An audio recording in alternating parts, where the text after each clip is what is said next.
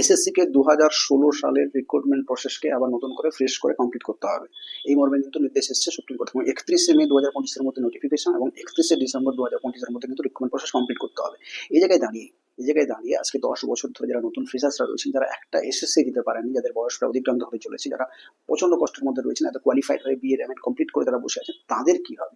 মধ্যশিক্ষা পর্ষদ জানিয়েছে যে স্কুলগুলোতে কিন্তু পিটিআর রেশিও অত্যন্ত নিম্নগামী, কারণ প্রায় 57:1 পিটিআর রেশিওর কথা বলেছে বিকাশ ভবন। তাহলে সেই জায়গায় দাঁড়িয়ে কেন নতুন রিক্রুটমেন্ট নয়? পাশে অন্য একটা, যদি 2016 সালের প্যানেলের মধ্যে আমরা না অন্তর্ভুক্ত হতে পারি, তাহলে কেন আমাদের পাশে আরেকটা ভ্যাকেন্সি তৈরি করে নোটিফিকেশন কেন আসবে না? কেন নতুন করে একটা এসএসসি কন্ডাক্ট করবে না আর একটা 9, 11, 12 এসএলএসটি এক্সাম?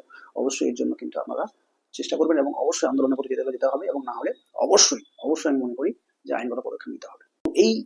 এই সংক্রান্ত একটা ভিডিও কিন্তু আমরা আমাদের চ্যানেলে রেখেছি, এবং রিলেটেড ভিডিওতে আপনারা দেখতে পেয়ে যাবেন। অবশ্যই দেখবেন, পুরো ডিটেলস আলোচনা করা হয়েছে যে 2016 সালে ক্যান্ডিডেট নতুনরা বুঝতে পারবেন কি, করতে বুঝতে পারবেন না, এবং তার জায়গায় দাঁড়িয়ে তাদের করণীয় কি এই মুহূর্তে।